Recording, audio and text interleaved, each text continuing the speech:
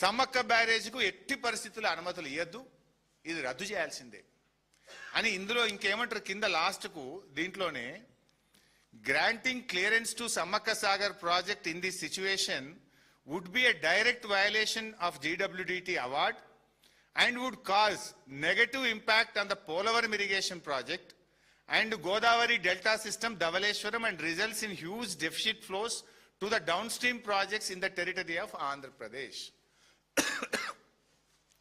Samakka Sagar ku anumati iyaddu, అనుమతిస్తే మా పోలవరంకు నీళ్లు తక్కువైతాయి, మా గోదావరి డెల్టా సిస్టమ్కు నీళ్లు తక్కువైతాయి అని వాళ్ళు ఆంధ్రప్రదేశ్ బెట్టుడు జిఆర్ఎంబి ఎజెండాలో ప్రతిపాదించు. ఇక్కడ ఇంకో ఇంపార్టెంట్ పాయింట్, మీరే ఏమంటున్నారు, గోదావరిలో నీళ్లు చాలా ఉన్నాయి, గోదావరి నీళ్లు సముద్రం పాలవుతున్నాయి, మేము గోదావరి బనకచెర్ల కడతాం, గోదావరి నల్లమల్ల సాగర్ గట్టి నీళ్ళు తీసుకుపోతాం, కావలసిన నీళ్లు ఉన్నాయంటున్నారు. అంటే మీ కోటాకు మించిన నీళ్లతోని గోదావరి నల్లమల్ల సాగర్ కడతామంటారు. మా హక్కుగా మా 968 టీఎంసీలో భాగంగా సమ్మక్క సాగర్ ప్రాజెక్టు కట్టుకుంటామంటే దానికి అనుమతులు ఇవ్వద్దు అని చెప్పి ఆంధ్రప్రదేశ్ చెప్పుడు జిఆర్ఎంబి ఎజెండాలో పెట్టుడు. ఇక్కడ ఫన్నీయెస్ట్ పార్ట్ ఏంటంటే ఆల్రెడీ సమ్మక్క సాగర్కు బీఆర్ఎస్ అనుమతులు సాధించింది. This is the clearance.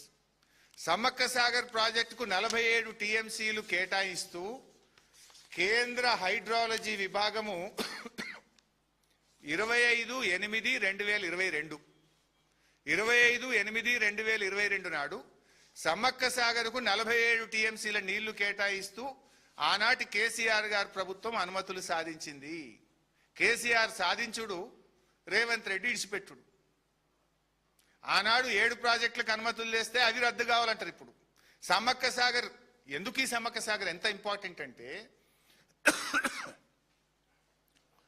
SRSP stage 2 ఆయకట్టుకు నీళ్ళు వస్తలు. మా దాయకరణ కాన్ఫరెన్స్ అనలే ఉంటుంది, మహబూబాద్ అనలే ఉంటుంది, మహబూబాద్ కూడా అనలే ఉంటుంది, డోర్నకల్ కూడా అందులోనే ఉంటుంది.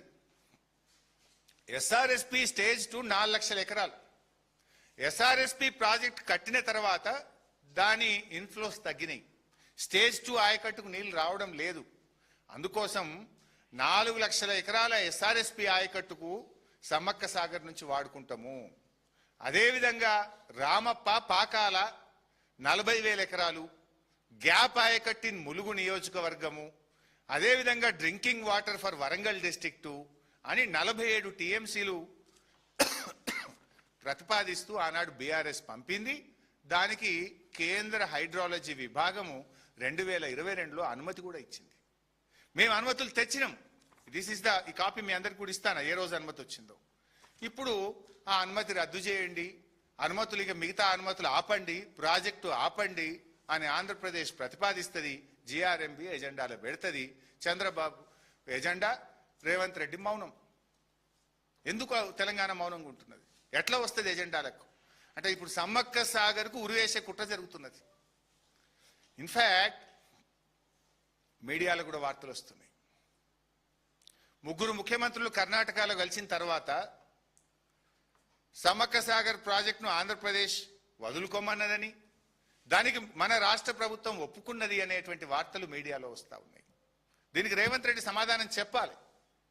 మీ 3 ముఖ్యమంత్రుల మీటింగ్లో సమ్మక్క సాగర్కు 47 టీఎంసీల నీటి వాటాను, మన రాష్ట్ర వాటాను వదులుకోవడానికి మీరు ఒప్పుకున్నారా?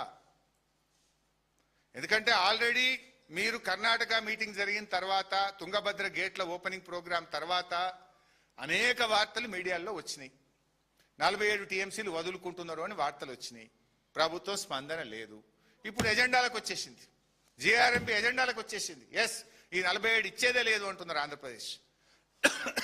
దీని మీద మీ స్టాండ్ ఏంది? ఈ 47 వదులుకున్నారా, వదులుకోలేదా? What is the stand of Telangana? ఎట్లా వదులుకుంటారు మీరు? ఈ 47కి ఆల్రెడీ మేము హైడ్రాలజీ క్లియరెన్స్ తెచ్చి ఉన్నాము. ఎస్ఆర్ఎస్పి స్టేజ్ 2 అంటే ఇరిగేషన్ శాఖ మంత్రి ఉత్తమ్ కుమార్ రెడ్డి నియోజకవర్గానికి కూడా ఈ నీళ్లు పోతాయి, సమ్మక్క సాగర్ నీళ్లు. హుజూర్ నగర్, కోదాడ, సూర్యాపేట, తుంగతుర్తి ఆ నియోజకవర్గాలకు కూడా నీళ్లు వెళ్తాయి. నీళ్ల మంత్రి నియోజకవర్గానికే కిందికి నీళ్లు వస్తుంటే మరి పట్టి ఉంటుందా, పట్టి లేదా మీకు? Will you respond or not? How it, అది ఎట్లా వస్తుంది ఎజెండాలో? బీఆర్ఎస్ అనుమతి తెచ్చినాక అది ఇప్పుడు అనుమతులు ఇవ్వద్దని రద్దు చేయాలని ఎజెండాలకు వస్తే నీళ్ల మంత్రి ఏం చేస్తుండు? మరి ముఖ్యమంత్రి నువ్వు లోపల ఏమైనా ఒప్పుకున్నావా, ఒప్పుకోలేదా? ఎక్కడి నుంచి ఇది ఎజెండాలు వచ్చింది? ఈ లీకులేంది? ఈ వార్తల మీద ప్రభుత్వం క్లారిటీ ఇవ్వాలి. సమ్మక్క సాగర్ అనుమతులు సాధించాలి. ఈ ఎజెండా రద్దు కావాలి. ఫస్ట్ ఆఫ్ ఆల్ పార్లమెంట్లో పోరాడాలి. మీరు ఎజెండా రద్దు కావాలి. దీని మీద వారం రోజులైంది. ఎజెండా వచ్చినాక ఇది ఎట్లా పెడతారు ఎజెండాలని రాష్ట్ర ప్రభుత్వం అడగదా? మీకు వచ్చి వారమైంది. వారం నుంచి కనీసం ఎట్లా పెడతారా? ఎంత ధైర్యం మీకని అడిగే దమ్ము లేదా? మీకు చేత కాదా? ఎందుకు మౌనంగా ఉంటున్నారు? ఇప్పుడు మేము అడగంగానే నిన్న డేట్ వేసి మళ్ళీ ఉత్తరం రాస్తాడు ఈయనగా. ఇప్పటిదాకా ఏం జరిగినాయో మేము చూసినాం. గోదావరి బనకచెర్ల, గోదావరి నల్లమల్ల సాగర్ అనేక ప్రాజెక్టుల విషయంలో బీఆర్ఎస్ మాట్లాడంగానే 2 రోజుల కింద డేట్ వేసి ఉత్తరాలు రాస్తుంటారు. డ్రామాలు కాదు, నిజాయితీగా రాష్ట్ర హక్కులు కాపాడండి, రాష్ట్ర ప్రయోజనాలు నిలబడండి. ఈ ఎజెండా నిజం కాదా చెప్పండి? ఎజెండా నిజం కాదా చెప్పండి? ఎట్లా వస్తుంది ఈ ఎజెండా?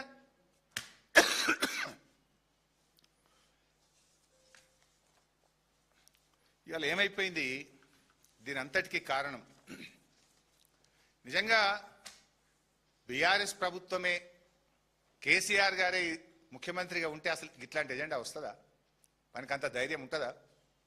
పెడతారా అసలు? ఎందుకు ఈ ధైర్యం వచ్చింది? ఎక్కడి నుంచి వచ్చింది?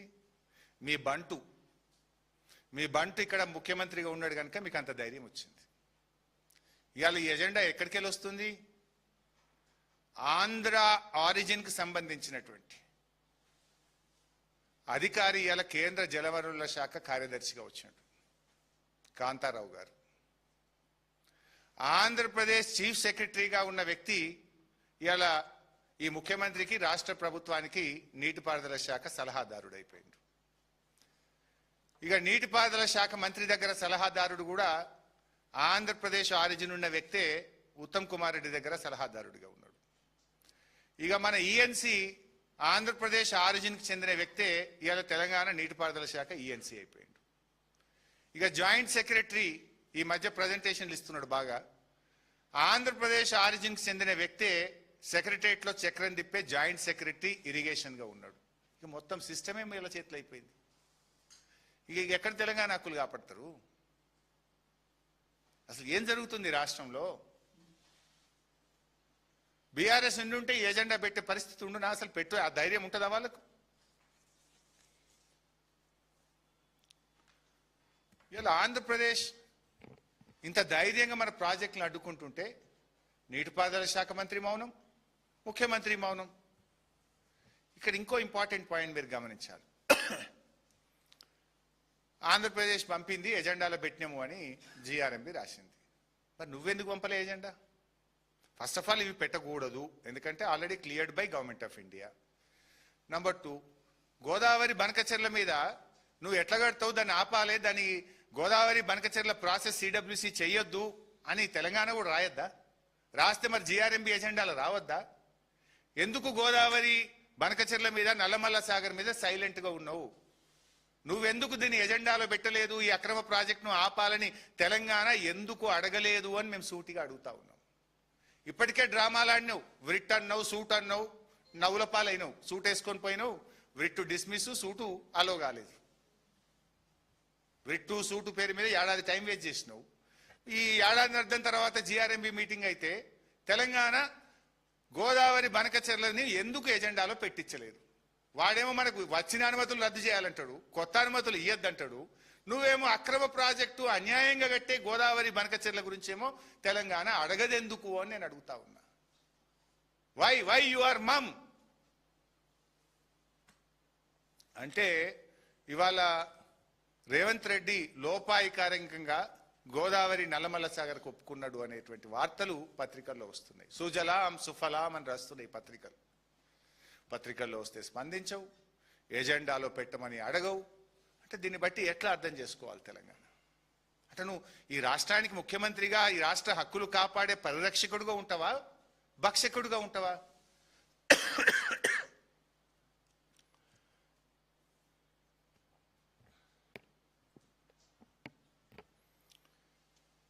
కేసీఆర్ గారు, బీఆర్ఎస్ ప్రభుత్వం మేము 968 టీఎంసీలు గోదావరిలో తెలంగాణకు దక్కాలని మేము పోరాడుతూ వచ్చినాం. ఇన్ఫ్యాక్ట్ ఈ ఎజెండాలో ఇంకొక అంశం కూడా వచ్చింది. అసలు 968 టీఎంసీలు తెలంగాణకు లేనేలేవట. తెలంగాణకు గోదావరిలో 968 టీఎంసీలే లేవని ఎజెండా నంబర్ 18.3